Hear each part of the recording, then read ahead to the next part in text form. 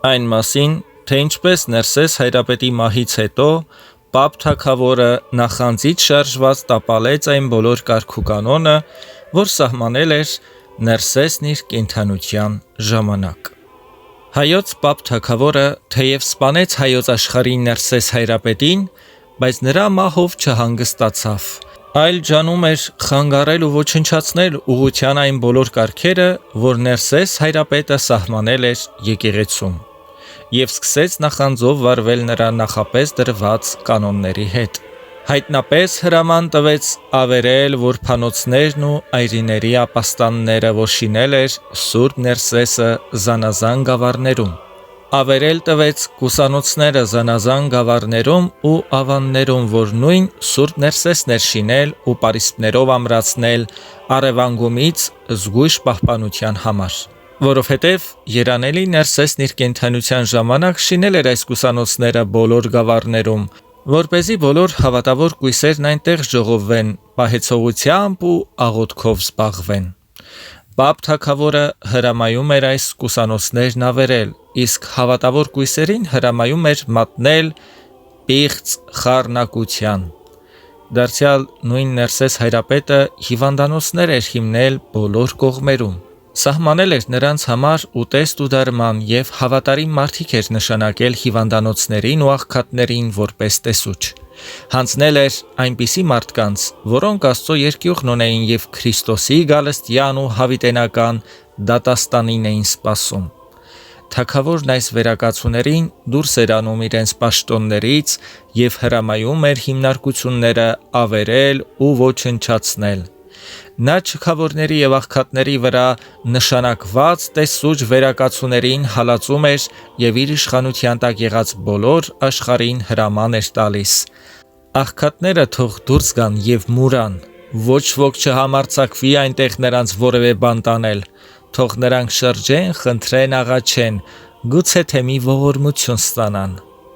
Պտղի և դասանորդների կարգն էլ, որ վաղուց ի վեր սովորություն էր տալ եկեղեցուն, դրա վերաբերմամբ էլ ողջ աշխարհում հրաման հանեց, որ ոչ ոք չտա։ Սուրբ Ներսես հայրապետի օրերում նրա ահից ոչ ոք չէր համարձակվում հայոց աշխարհում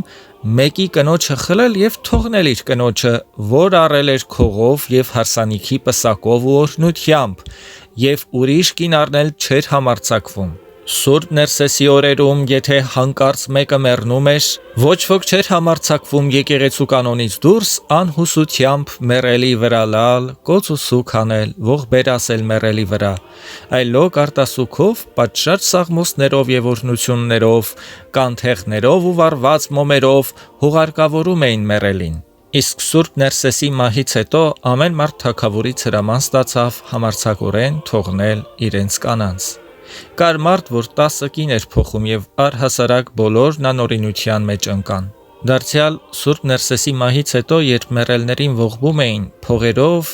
փանդերներով ու վիներով կոծի պարեր էին բռնում, մորուքները կտրած, երեսները պատառոտած, կին և տղամարդ դեմ առ դեմ ճիվաղական պարեր խաղալով, ծափ զարնելով հուղարկավորում էին մեռելներին։ Իսկ Սուրբ Ներսեսի տարիներին Հայաստանի բոլոր սահմաններում չէր կարելի տեսնել աղքատներին մուրալիս։ Այն ժամանակ նրանց հանգստի տեղերը բոլոր մարդիկ նրանց համար տանում էին այն ամենը, ինչ որ պետք էր նրանց։ Հենց այնտեղ նրանք առանց կարիքի ու լիացած էին։ Իսկ քահանայապետի մահից հետո, եթե որևէ մեկը աղքատներին հանգիստ էր տալիս, թագավորից մեծ պատիժներ էր կրում։ Սուրբ Ներսես հայրապետի օրոք հայոց աշխարհում մեծապես պայծառացած էին եկեղեցիներում պաշտամունքի կարգերը, կային կարգ ու կանոնի ենթարկված բազմաթիվ սուրբ պաշտոնյաներ։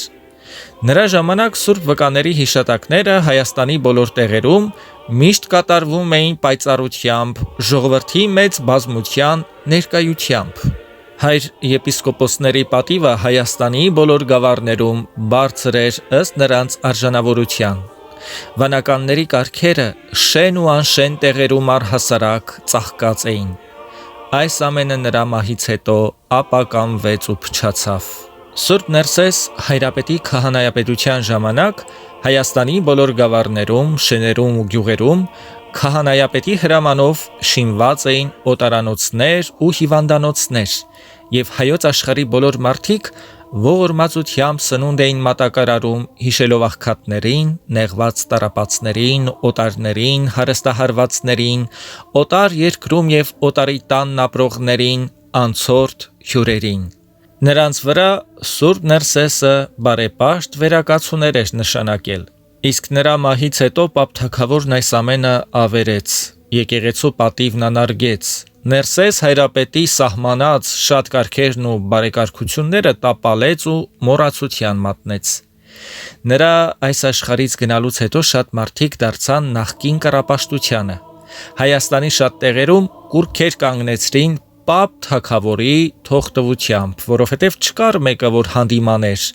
չկար մեկը, որից քաշվեին, այլ ամեն մարդ համարձակ գործում էր, ինչ որ կամենում էր։ Շատ պատկերներ էին կանգնեցրել և նրանց երկրպագում էին։ Բացի սրանից, Պապ Թագավորը եկեղեցուց կտրեց այն հողը, որ Գրիգոր Մեծ քահանայապետի ժամանակ տվել էր Տրդատ Թագավորը հայոց բոլոր աշխարհում եկեղեցու սպասավորության ու պաշտամունքի համար,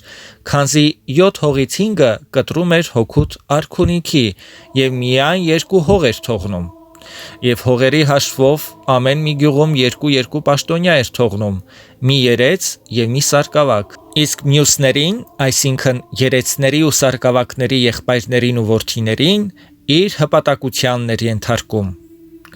Նրան թվում էր, թե այսպես վարվում է Ներսեսի կամքին հակառակ նրա դեմ տածած իր թշնամության պատճառով։ Սակայն չէր մտածում, որ դրանով ինքն իրեն է կորցնում։